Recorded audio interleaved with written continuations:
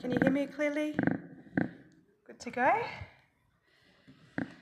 All right, so I have a lot of questions. So I'm going to do half now and a half for the afternoon program. So if you don't hear the answer to your question this morning, it does mean you'll have to come back this afternoon.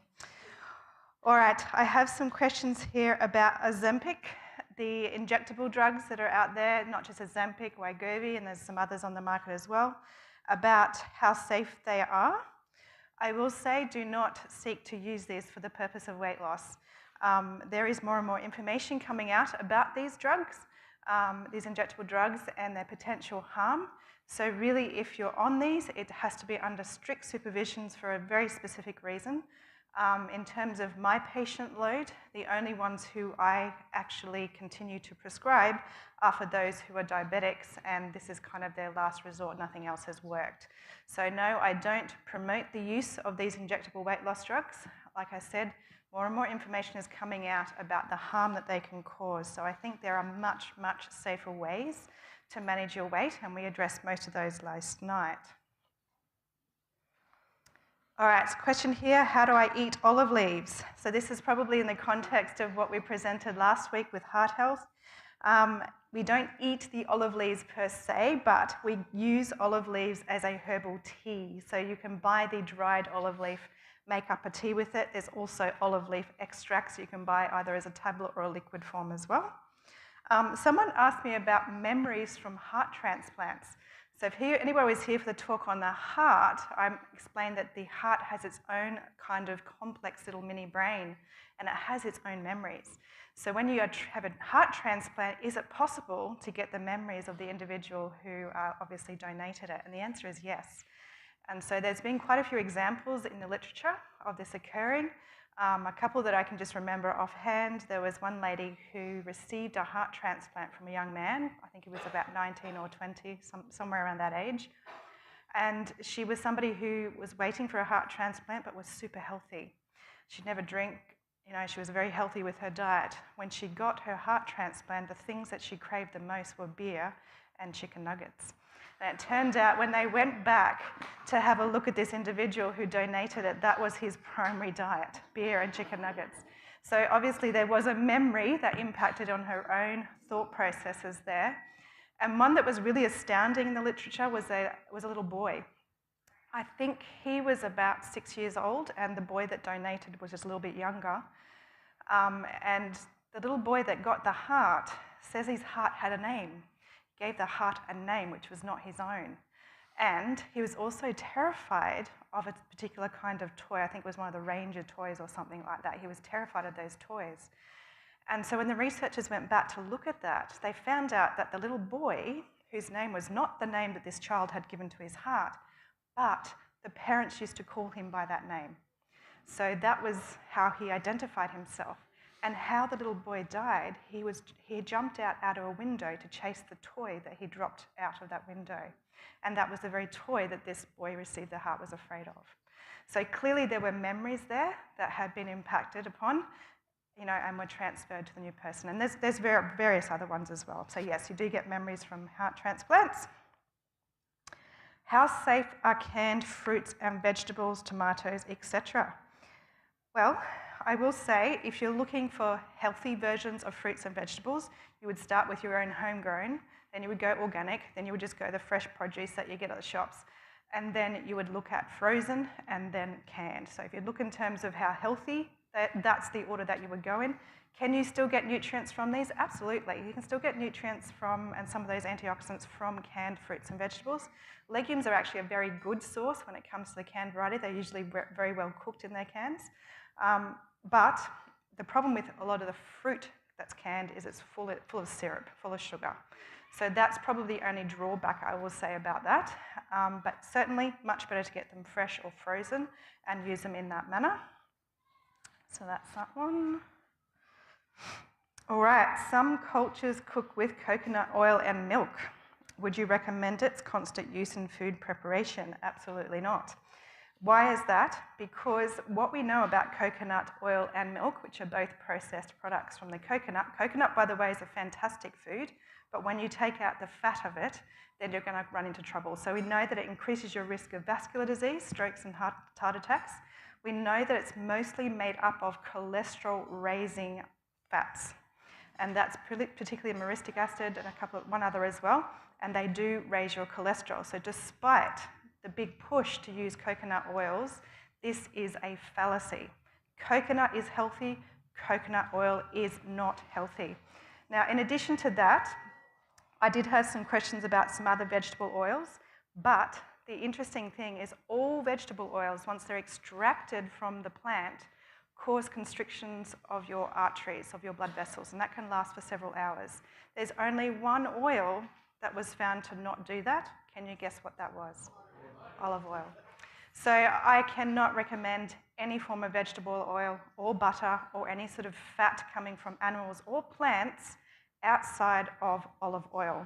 That seems to have a neutral effect and may have some benefits. So olive oil is the only one that I recommend to use very sparingly. You obviously don't want to use a lot of that, but use sparingly when you need to. Do not use any other processed vegetable oils. And I will even say, you know, the medium-chained triglyceride extract from coconut oil, that also pushes cholesterol up, despite what everyone's saying about using this for whole lots of health benefits. They just don't ring true in the research. So avoid that. Eat the whole coconut if you can. Now, can I get a copy of presentations? I will put my website up here again. Just wait for that to come up. There you go. Now, every single presentation that I do, there is a full handout with every bit of detail and maybe even a little bit extra on each of those presentations. You just have to go to my website, go to the little menu with the 3 little horizontal lines, choose Health Editorials, and scroll down until you find the subject matter that you want, and it will be all there in detail in written form. I've put it in a PDF form as well, so you can certainly print those out. You can share them with others. I don't claim the information as my own. It is a conglomeration of lots of people's different thoughts and ideas and research, so please feel free to share that. Which cereals are the safest? Some have too much sugar. Absolutely, most cereals are not that great. Unfortunately, even some of the ones from the companies that we're affiliated with are not the best cereals. Always look at the ingredient list. So number 1, have a look at the sugar. There's sugar in it, probably not going to be great for you. So get things that use whole grain, whole meal versions of whatever grain that it is, and also make sure it doesn't have the sugar and lots of those additives. It's okay to have a few different vitamins added in, that's okay.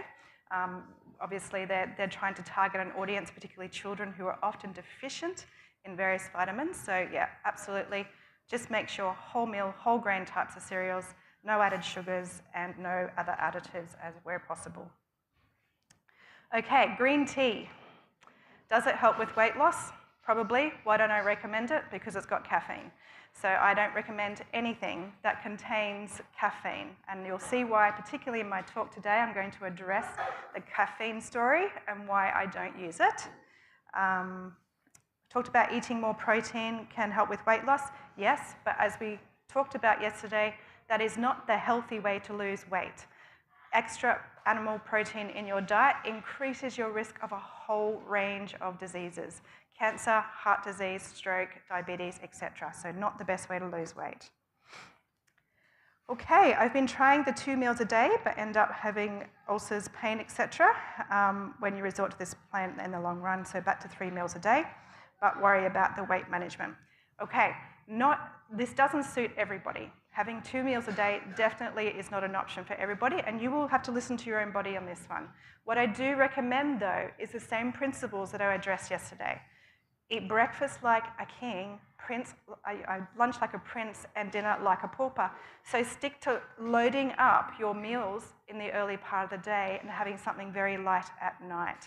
So in terms of having something light at night, I would suggest a salad with a small handful of nuts, or maybe a few pieces of fruit and a handful of nuts.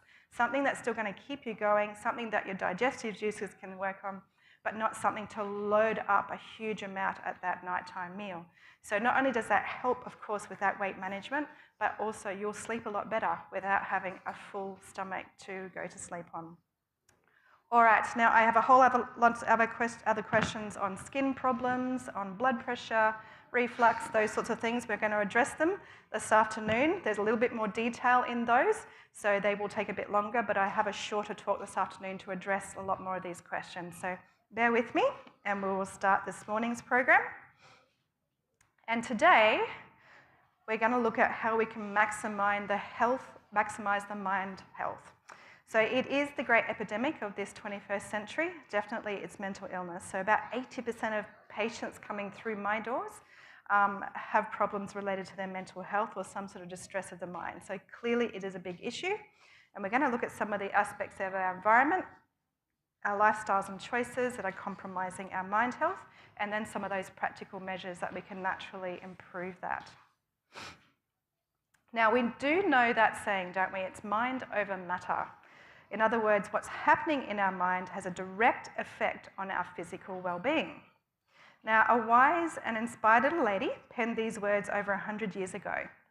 Sickness of the mind prevails everywhere. 9/10 of the diseases from which men suffer have their foundation here. That's from a little book called Counsels on Health, page 324. Now, that might seem quite logical, but interestingly, of course, research seems to back this one up very, very well.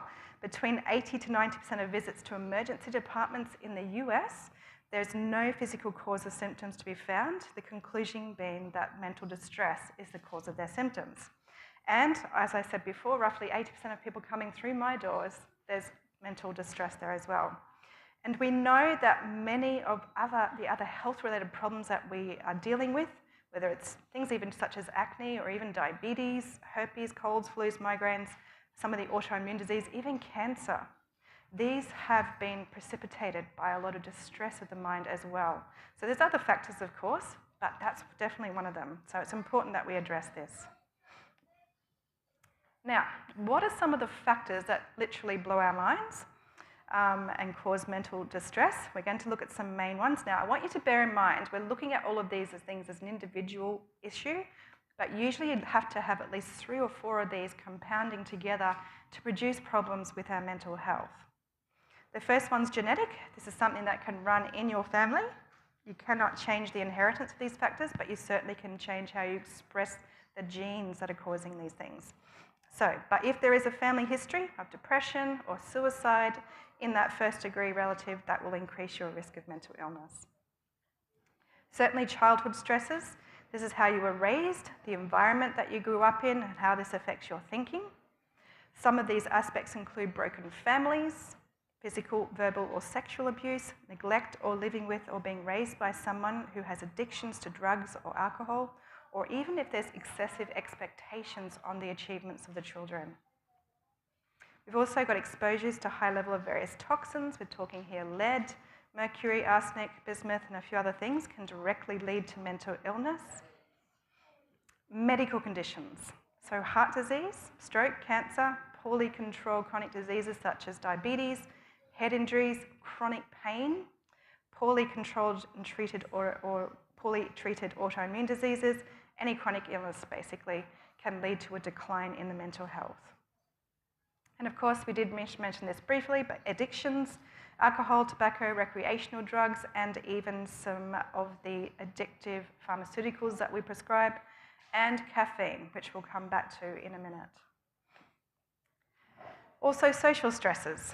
So absence of social supports, negative or stressful life events, low socioeconomic status, all these can have an impact. And of course, lifestyle, a big one. So this encompasses a whole range of the choices that you make, poor dietary habits, nutritional deficiencies, no regular exercise, insufficient exposure to sunlight, lack of fresh air, and poor sleeping habits.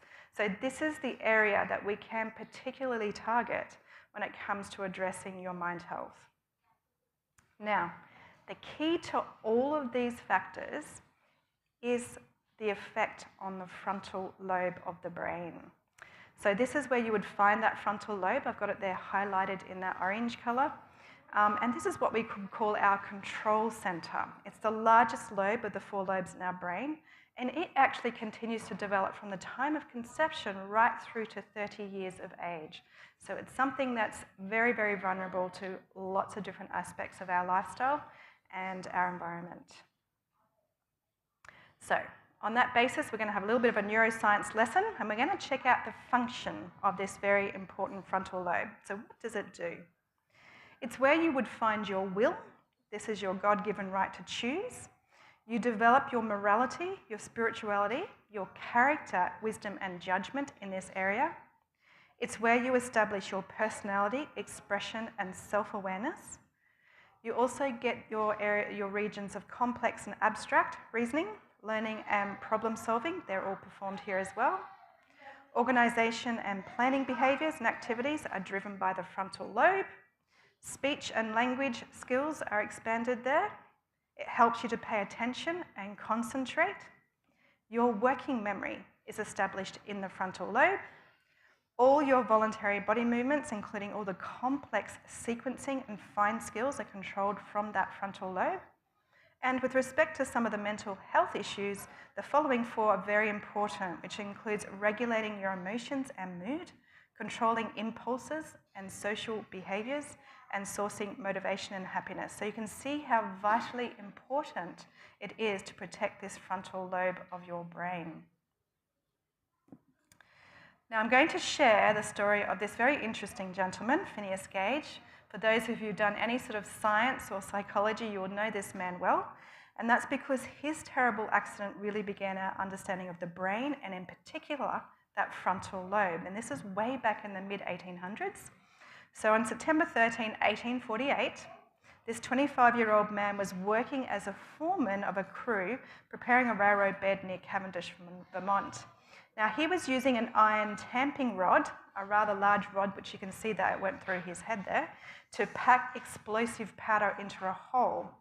Unfortunately, he was a little bit careless, wasn't paying attention very well, and as he was packing it, it caused a spark or a flint. The powder detonated and it sent the rod, which was over 1 metre long and 3 centimetres wide, hurling upwards. It penetrated through his left cheek, tore through his brain and exited his skull before landing about 25 metres away. So it went straight through and took out part of his brain.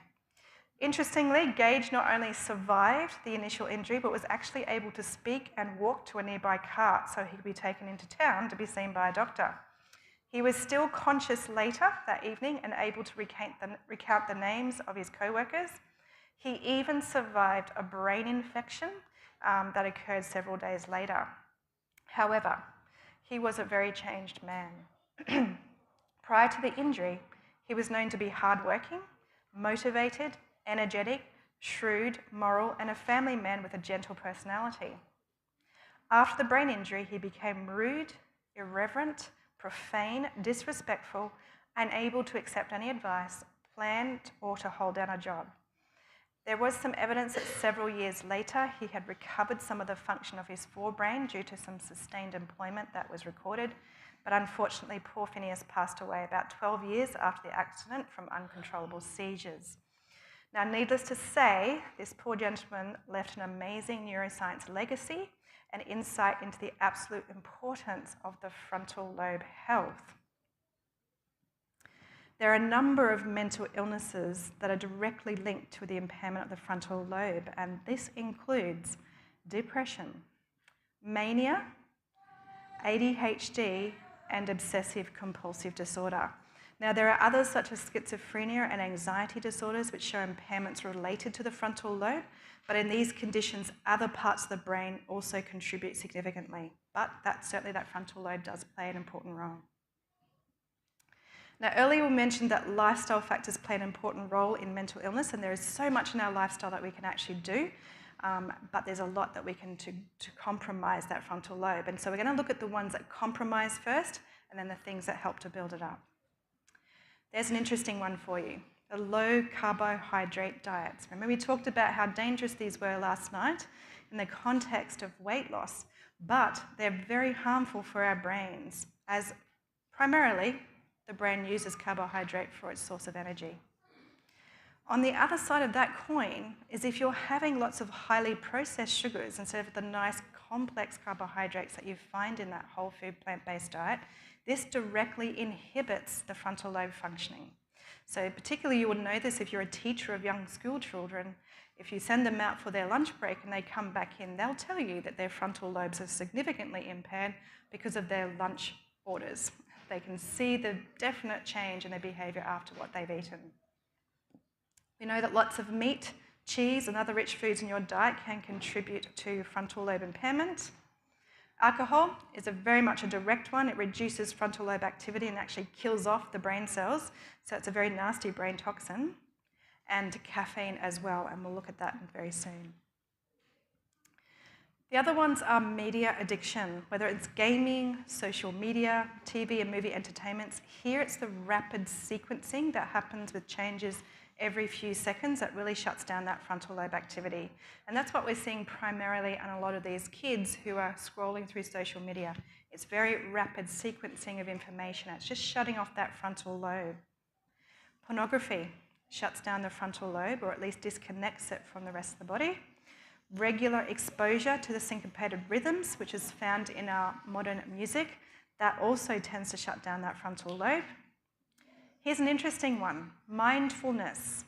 We're talking here about Eastern meditation practices that consciously suppress the frontal lobe activity. So I never would recommend this as a way to relax. Certainly meditating on God's word, meditating on things such as that, that is not what we're talking about here. Mindfulness is a conscious suppression of the frontal lobe. Hypnosis also impairs frontal lobe functioning. Interestingly, those who already have impaired frontal lobe functioning from other factors will be far more susceptible to being able to be hypnotized. So hypnosis definitely is one. Here's a good one. Not getting enough problem-solving activity in your life also tends to impair that frontal lobe functioning.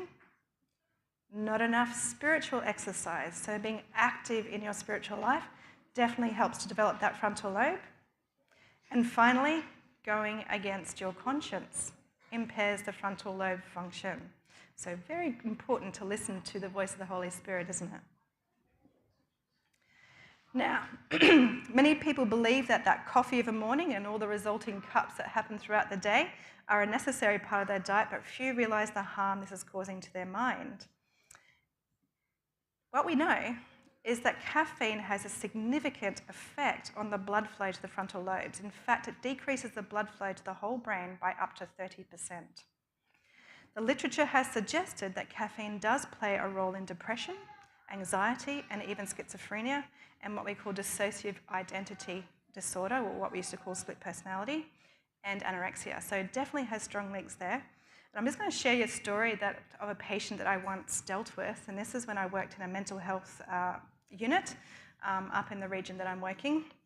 And I was there, and a young man came in. He was in his 30s, and he was what we call catatonic. He had catatonic depression. Essentially, wherever you'd put him, that's where he'd stay for the rest of the day. He would do the bare minimum of going to the bathroom, maybe eating a little bit here and there, but he just wouldn't move. He was non-responsive. He wouldn't have a conversation with anybody. He wasn't responding to medication. Obviously, he wasn't responding to therapy because he wasn't engaging. And so he was admitted under our unit to have what we call ECT, electroconvulsive therapy, where essentially you basically put them under a light anesthesia and run electrical currents through the brain to try and reset the brain into some sort of normalcy for this gentleman. So anyway, he was admitted. He had to go undergo a physical before he could have the procedure done. And lo and behold, they found he had an arrhythmia of the heart, had an abnormal heart rhythm. So he wasn't considered suitable for ECT. So we were in a real bind. And I was the most junior member of the team, and they left it up to me to do some research as to what options we could use for this man to try and move him forward. I was at a bit of a loss myself. I thought, well, you've tried everything. I don't know what else we can do. But, obviously the voice of the Holy Spirit came to me and said, go back to basics. And so I did. And I went to find out about this man's lifestyle. What was it that led up to this point? How did he actually get to this point? And it turned out he was a very, very, very stressed businessman. He was a very high-flying businessman, had a lot of responsibility, And essentially, he was living on several litres of Pepsi a day. So that was his diet, primarily, more than 4 litres most days of Pepsi. And that's how he kept going. And so that had gone on for years and years. And obviously, I thought there might be a connection here. Surely there's a connection to this and his current state of mental health. So I took it back to the team. They said, nope, absolutely not. That's not a cause of anything. Go and find something else. I persisted. I downloaded about 30 or 40 different studies off the various websites that I went to and took it back to the meeting. I said, here is some very strong links between caffeine and mental health disorders. Can we at least try to see if this makes a difference? So they gave me a few weeks, and I did. I weaned him off because someone was still bringing in his several litres of caffeinated beverages every day. And so with their help, I weaned him off over the next couple of weeks. The very first thing that happened was his arrhythmia resolved. That abnormal heart rhythm disappeared. He went back into a normal rhythm again. Then within 2 or 3 weeks, he started to speak again. He started to engage. He was talking again. Things were starting to move and lift again. And he was able to be discharged without ECT. He was still on medication and getting some counselling. I lost him to follow up. Obviously, being in an acute mental health unit, we don't get to see them in society. However, 6 months later, I was actually working at a different hospital and attended a grand rounds where basically they present some interesting cases and in the region and how they resolved. And so I heard about this young man and the amazing dual diagnosis of depression and caffeine addiction. And so I was able to get some more information there that he'd done extremely well, had staved off the caffeine, and obviously was back to his vocation again. So definitely, I have nothing good to say about caffeine. Absolutely nothing. Maybe it can be used as a medication in very rare circumstances, but it should never, ever, ever be put into our bodies for any other reason. Okay? It is harmful in every aspect. There's literally nothing I can say about it. It cannot give you energy. It borrows from your own nervous system, and you don't get that back. Okay? It's literally taking the life from you, borrowing from your future. You cannot replace that. Once it's gone, it's gone. So it's nothing in it that can provide that benefit that you're looking for. Now, most of us are aware that caffeinated beverages can interfere with our sleep, and that's especially the case when it's within 6 hours of bedtime.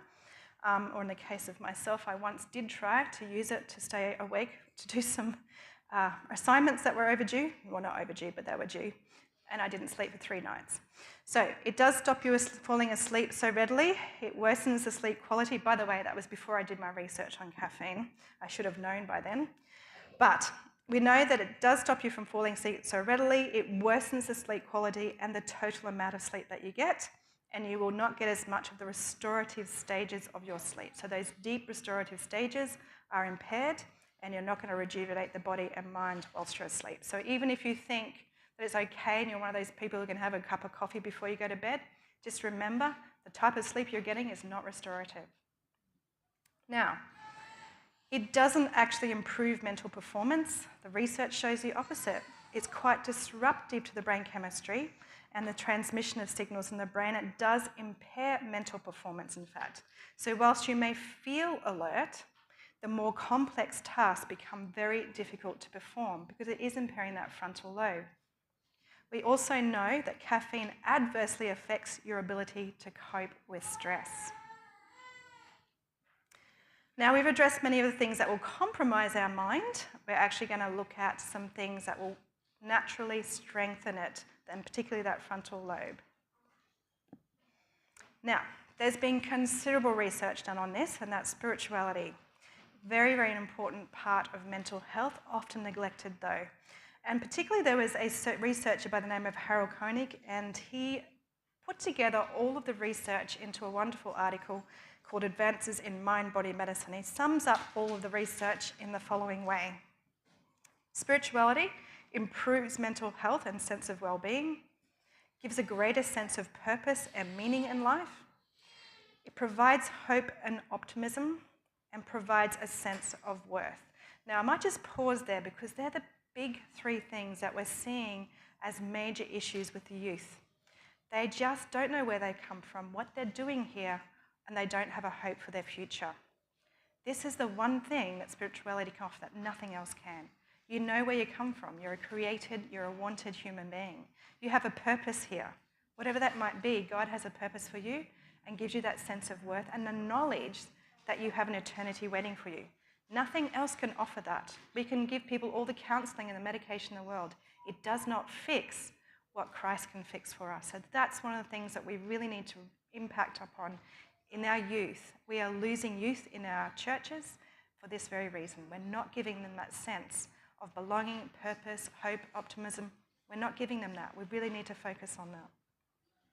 We know that it reduces rates of depression, anxiety, suicide, and substance abuse for all of those obvious reasons. It increases the rate of recovery from depression. So if someone's really suffering from mental illness, really great time to offer them a look at Jesus, offer them a relationship. And it also strengthens our social connectedness. It keeps us together. And we know that from having a nice church community as well. So a really great place to start when improving your mental health is to introduce or reintroduce yourself to your Creator and foster your relationship with God. Bear in mind, it says having just some form of an affiliation to religion without having any firm belief or commitment does not provide the same benefit. It really does require a committed, connected aspect to that spirituality. Now, the good book tells us why spirituality is so important for our mental health. A very simple verse for you here, 2 Timothy 1 verse 7. It says that God did not give us a spirit of fear, but he is the one that can grant us power, love, and a sound mind. So it's only through him that true, long-lasting healing for our mind can come. Now, I found this one day. I can't remember who sent this to me, whether it was on Facebook or one of those other mediums, but here we go. It says here, amazing truism, food is the most abused anxiety drug, but conversely, exercise is the most underutilized antidepressant. How true is that? We use both of these in the wrong way, don't we? So let's have a look at the diet first. It plays a very important role in your mental well-being. The whole food plant-based diet, which is a diet made up of all your fruits, your vegetables, your legumes, grains, nuts and seeds in their whole or minimally processed form, has been shown in multiple studies to decrease your risk for depression and anxiety, to improve your mood overall, prevent some of that brain fog and fatigue that can come. And we also know that mental illness such as depression has been linked to inflammation of the brain and imbalances in brain chemicals. They're called neurotransmitters. So all the plant foods are highly anti-inflammatory, high in those antioxidants and phytonutrients which have been shown to repair damage and decrease inflammation in the brain and restore the balance of neurotransmitters. Now, just to give you an example, and this is only one of hundreds of examples, many people with depression have high levels of an enzyme called monoamine oxidase, or MAO for short. And this enzyme breaks down serotonin, dopamine, and noradrenaline, which are the neurotransmitters that are important in regulating our moods. Now, too much of this MAO means not enough of all these mood-regulating brain chemicals, which in turn leads to depression. There is one particular nutrient, quercetin, that's found in berries and red apples, red onions, and a variety of other foods. This can inhibit that MAO enzyme and increase those important neurotransmitters. So it acts as a natural antidepressant, just like some of our medications. And there's loads of examples of the foods that we're eating in that whole food plant-based diet that can counteract these sorts of effects. Now, the other one is we need to avoid those highly processed sugar-rich foods. They are very neurotoxic, very inflammatory to the brain. Some studies have shown a direct link between high sugar intake and an increased risk of depression. We know that consumption of processed sugars exacerbates feeling of anxiety and stress, and the rapid fluctuations in blood sugar also triggers the release of stress hormones, leading to heightened anxiety and tension. These rapid fluctuations in blood sugar also causes mood swings, irritability and fatigue, and negatively impact on the mood stability and overall emotional well-being. We also know that processed sugar is associated with cognitive impairment. things such as your memory, concentration, and learning ability. Remember, I said teachers are very aware of that one. And we also know that they have very addictive properties. They can lead to cravings, and over time, this can contribute to addictive behaviours and dependency. So it is very important to really, really avoid those sugar-rich, highly processed foods. Now, the other one that we need to really reduce here and minimise is animal-based products in your diet. They contain too much of a pro-inflammatory compound called arachidonic acid, which can upset the balance of this chemical in the brain and adversely affect the mental health through lots of those neuroinflammatory effects. The saturated fats that you find in animal products can cause a reduction in the formation of new brain cells and make brain-nerve communication more difficult. A diet high in animal protein, so we've already talked about the fats, but the protein inhibits the production of the happy neurotransmitter serotonin. So there you go, even that animal protein can block that. And obviously all these factors will adversely influence the mood and cognitive function. Now, there are some particularly important nutrients that stand out when supporting mind health. And here's a few of them. Now, I'm suggesting you get these as a supplement, but they're great to find naturally in your foods. So tryptophan, now that's an amino acid that we need to make serotonin, that happy brain chemical, and helps prevent depression. And you can get that really easily in things such as tofu, flax seeds, sesame seeds, almonds, and walnuts, and leafy greens, including watercress. Now, when you're having these foods, put them in a meal with plenty of complex carbohydrates, such as fruits and vegetables and legumes and whole grains. The complex carbohydrate actually enhances the amount of the tryptophan that crosses the blood-brain barrier. So you need to put that together with something else to improve that. Omega-3, a very important anti-inflammatory brain nutrient, which has been shown to be very helpful in depression and bipolar. Good sources that are plant-based include your linseeds, walnuts, chia seeds, but also your soybeans as well.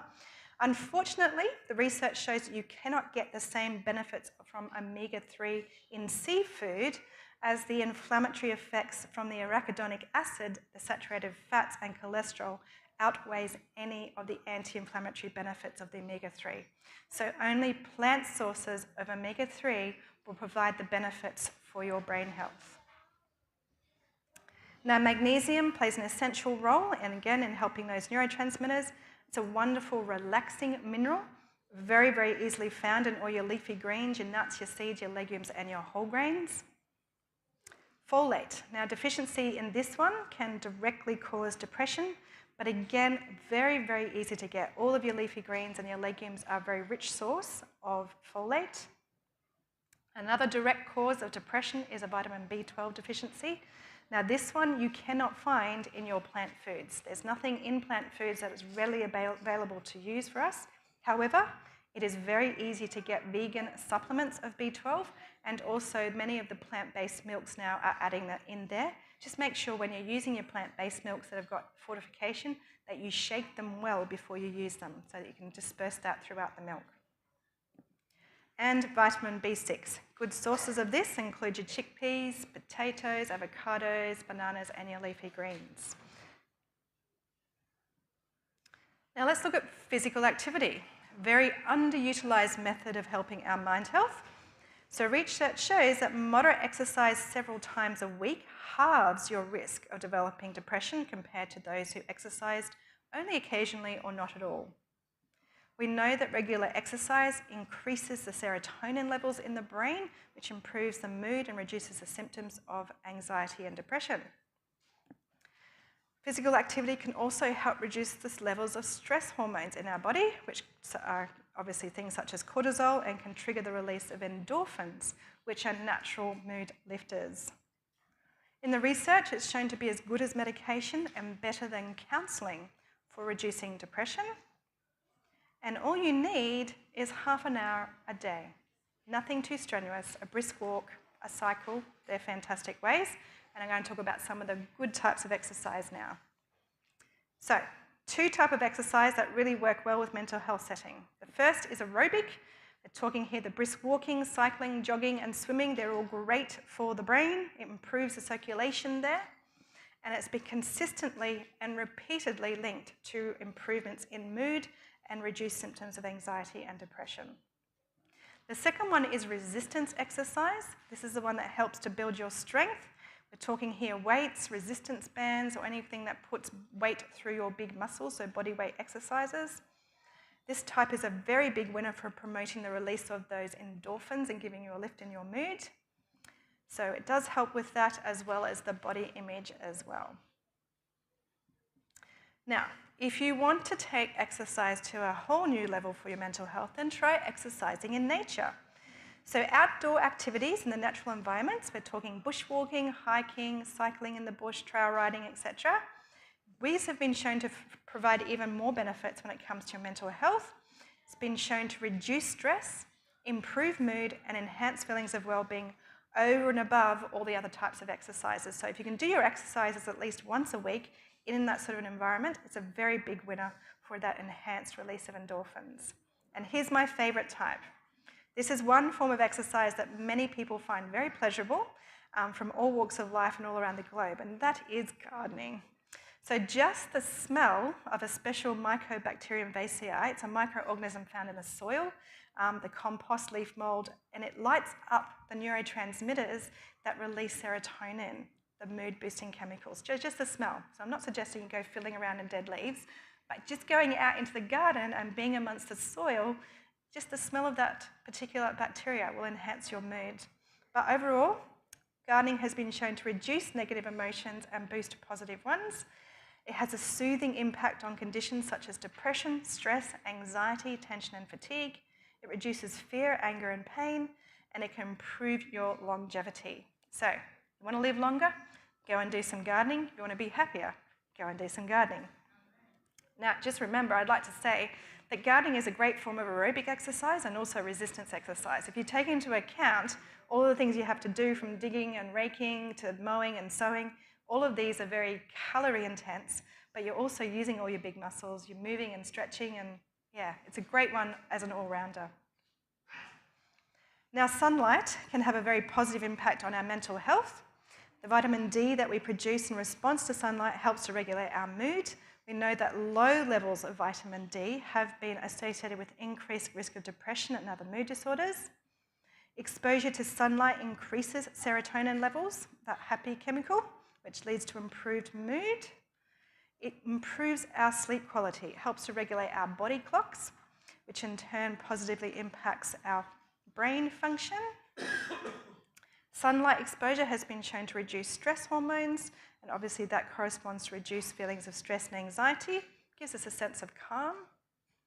We know that the sunlight improves cognitive function, its concentration and alertness, this all improves as well. So overall, we know that sunshine will improve the mood, reduce stress, and decrease the symptoms of depression and anxiety. Now, what about hydration?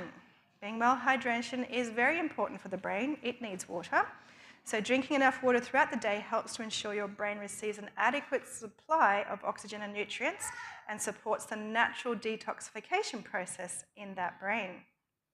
So when you're well hydrated, studies have shown that you have a more positive mood, better emotional stability. Conversely, when you're dehydrated, the mood declines, there's more tension, irritability, and fatigue.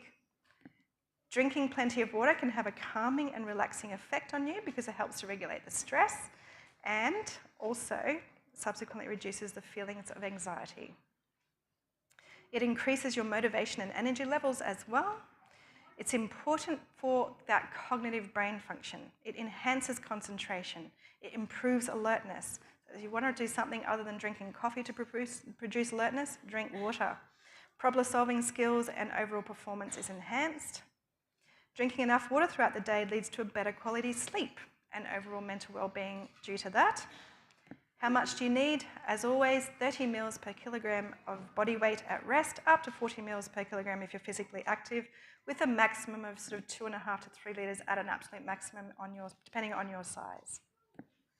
Now, sleep has very close links to our mental health, but it's a bi-directional relationship in that poor sleep is both the cause and the consequence of mental illness. So, for example, 40% of people with insomnia will develop a mental health disorder, and the risk of major depression in insomniacs was 40 times higher than those without insomnia.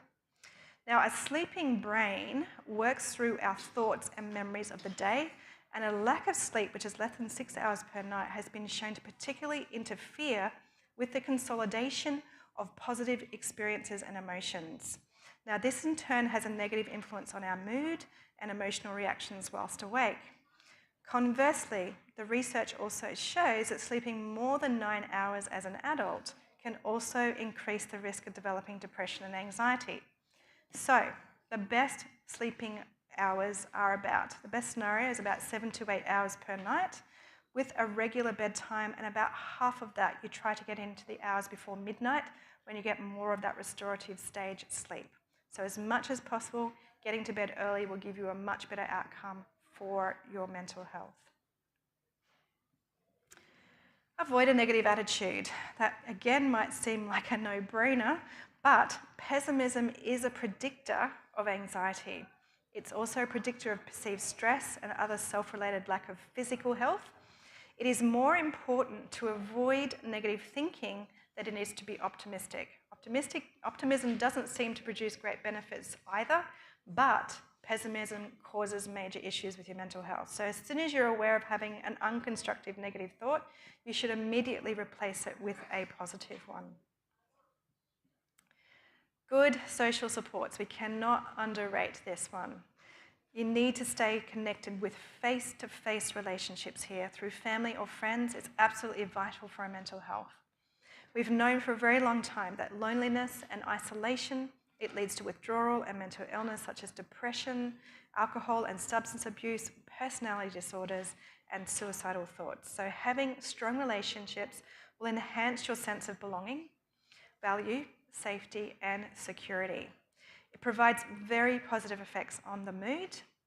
It improves the sleeping patterns and has been shown to decrease the risk of depression, anxiety, and even dementia. It's also been shown to improve recovery from stress and mental illness, including anxiety and depression. So as much as possible, we need to foster face-to-face relationships with those around you.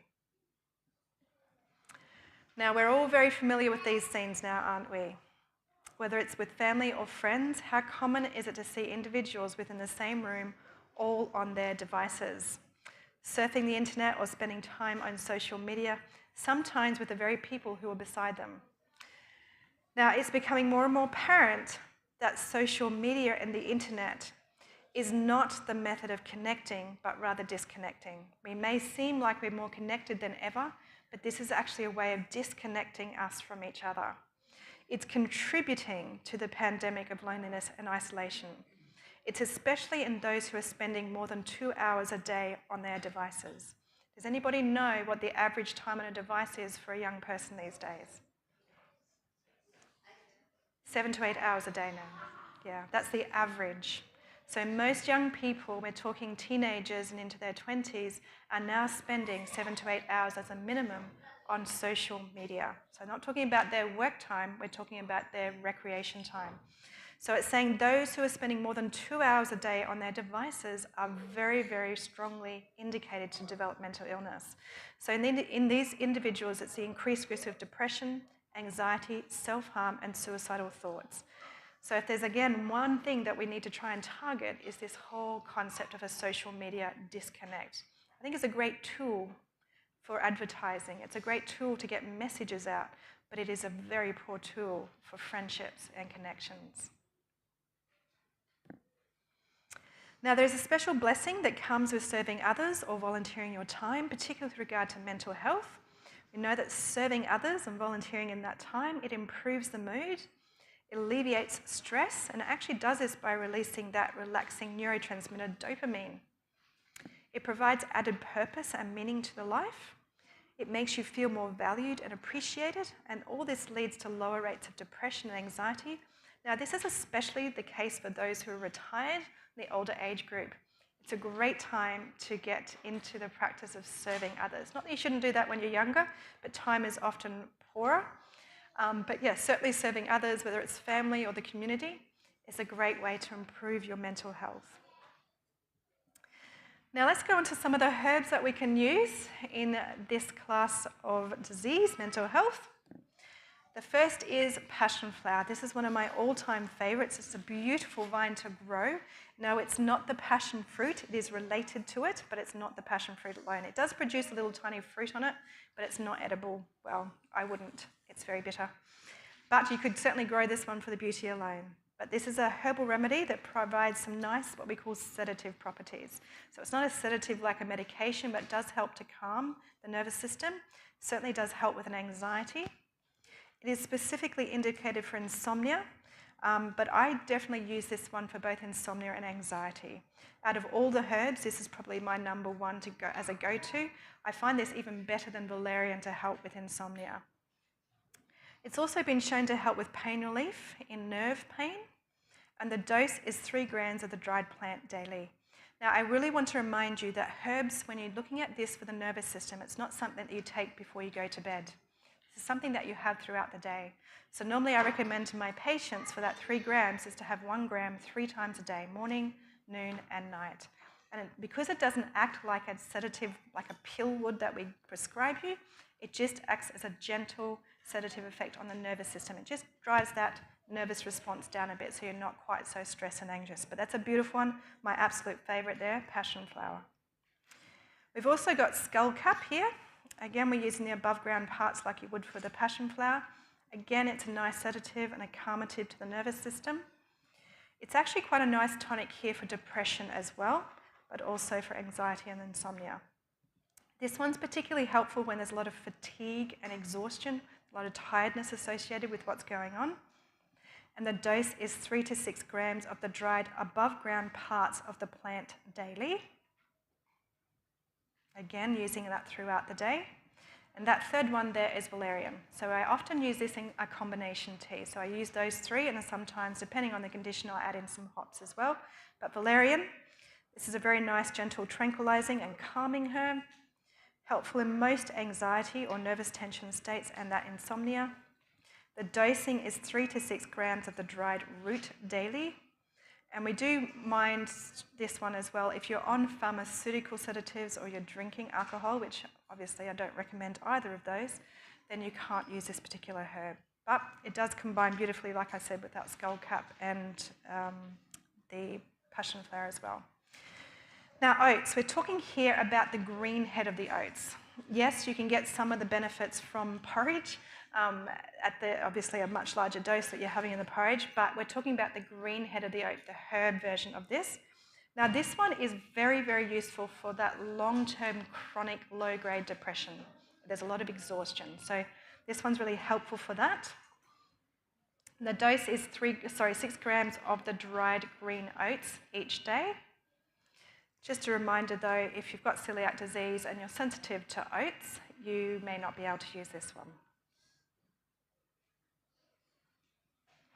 Now, Damiana, another useful herb in the nervous system, very good in the setting of any nervous tension, exhaustion, stress and anxiety. Is reputed to be an aphrodisiac. I tend to use this herb more for women around the menopause time. It tends to help a bit with that. And the dose is 3 to 6 grams of the dried stems and leaves each day. We've got withania, or ashwagandha. It has a whole host of actions, but in the context of the nervous system, it's a nice calming sedative, provides some relief for stress, tension, anxiety. It also helps with learning and memory. So this is one that I tend to use a lot more in older adults who are struggling a bit with their mental health and with learning and memory, concentration, all those sorts of things. And the dose there is 3 to 6 grams of the dried root daily. Just remember, as I said, these things are best taken throughout the day and not as one big dose of an evening. So here's a summary of the best way to improve your mind naturally. Develop your connection with God on a daily basis. He created you so he can restore and recreate your mind as well. Eat that whole food plant-based diet, free of all the harmful processed sugars and animal products. Don't forget to avoid the caffeine and alcohol as well. Exercise regularly. Remember, it's just half an hour each day. Get out into the garden as often as you can. You combine that with your exercise time. Get a healthy dose of early morning sunlight, that's always the best. Stay well hydrated and drink at least 2 to 2.5 litres. Aim for 7 to 8 hours of sleep each night. Avoid negativity and pessimism in your life. Foster strong face-to-face social supports. Build your circle of family and friends. Find extra meaning and purpose in your life by serving others. And finally, you might want to try some of those gentle herbal tea to support your mental health. The oats, passion flower, skullcap, withania, for example. Thank you very much. Yes. The herbs? Yeah, so I buy most of my herbs from online websites. I will recommend always get them from Australian websites. We're a highly, highly tightly regulated country, and you know you're going to get what you pay for. Whereas if you import them from overseas, they may be adulterated with other things. Just a couple of the ones that I use Austral Herbs. It's AUSTARAL herbs.com.au. I don't have any shares in the company. I'm not plugging it for that reason. But they do have a great range of both organic and just natural herbs. You can buy them in bulk, like a 250 grams or even up to a kilogram if you're using a lot of herbs. Very, very inexpensive way of doing it. So that's the easiest way. There's herbalconnections.com. There's a few companies out there, but Austral Herbs is probably the primary one that I get my herbs from. Yeah. No worries. Yes.